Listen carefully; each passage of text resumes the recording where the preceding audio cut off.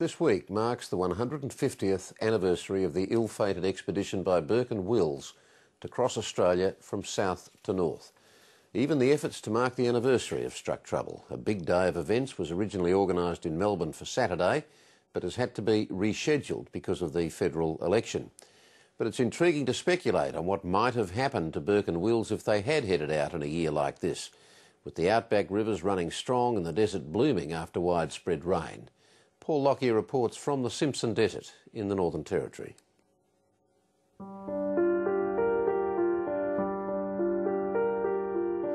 The interior, which can be so harsh and foreboding, has seldom been so soft and inviting. There's very little red soil, but red dust around at the moment. It's all covered in grass. Easy going for these 21st century adventurers as they take their camel train through the Simpson Desert near the Northern Territory Queensland border.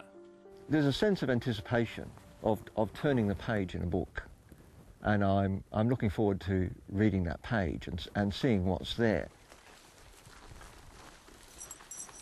Archaeologist Dr. Mike Smith has tramped across remote areas of Central Australia for more than 30 years. We're trying to document a great human story. It's the human story of Australia's desert. And travelling with a string of camels also means you walk over the land, so every day you see it and you notice things because they're under your feet. Camels were first brought to Australia for the Burke and Wills expedition and were then used to open up the outback. Even though they now run wild in worrying numbers throughout Central Australia, they're still favoured for scientific expeditions. Andrew Harper is a team leader. It's the best way, I believe, to get right out into the remote areas and see what's happening. One aspect I enjoy is the fact that this is keeping alive a 150-year Australian tradition of cameleering. Burke and Wills hardly had that legacy in mind when they made their celebrated departure from Melbourne in August 1860.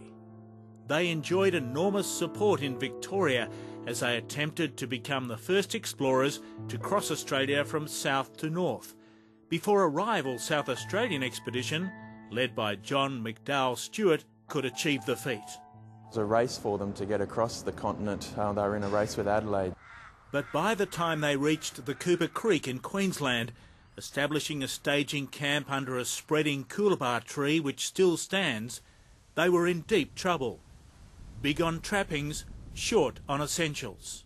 When you read through what they did take and what they didn't, the extra things that they didn't need far outweighed the things that they did. Burke and Wills still pushed north across the barren outback to the Gulf of Carpentaria through the searing summer heat. The desperation on their return leg has been highlighted by the recent recovery of items they dumped to lighten their load at a campsite discovered near Birdsville in far west Queensland. They were starving after having crossed the desert, so they basically unloaded everything that was heavy and that they couldn't carry any further, including Wills's navigational and scientific instruments. The Queensland Museum team that carried out the dig included Nick Hadnut. Well, we found about 168 objects. Most of them are small metal objects, including the bullets, percussion caps, pen nibs and buttons and pieces of small glass. Burke and Wills struggled on to the Cooper Creek, only to discover that the camp had been abandoned just hours earlier. A carving in the tree trunk directed them to some buried stores, but they both eventually died of starvation.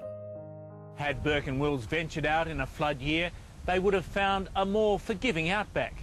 But then again, they may never have made it this far to the Cooper, past the many swollen creeks and rivers that they would have had to negotiate.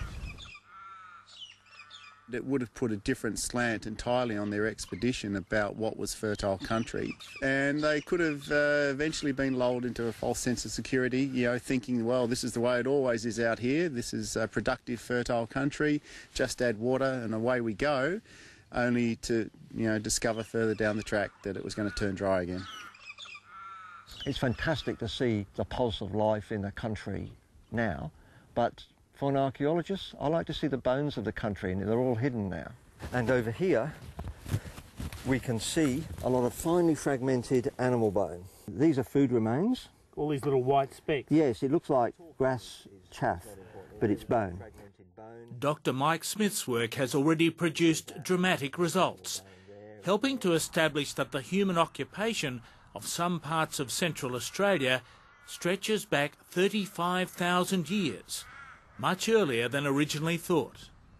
It's not just empty history. You have to start filling in some of that formwork, some of the details.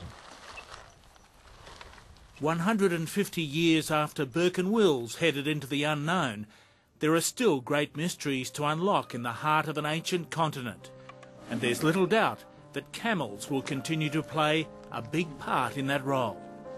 That heritage is something that is integral to Outback Australia. As a team, and it very much is a team partnership, you can explore these remote areas.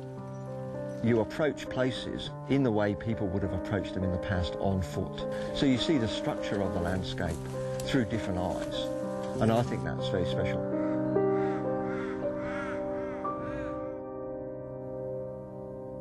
Paul Lockyer in the Simpson Desert.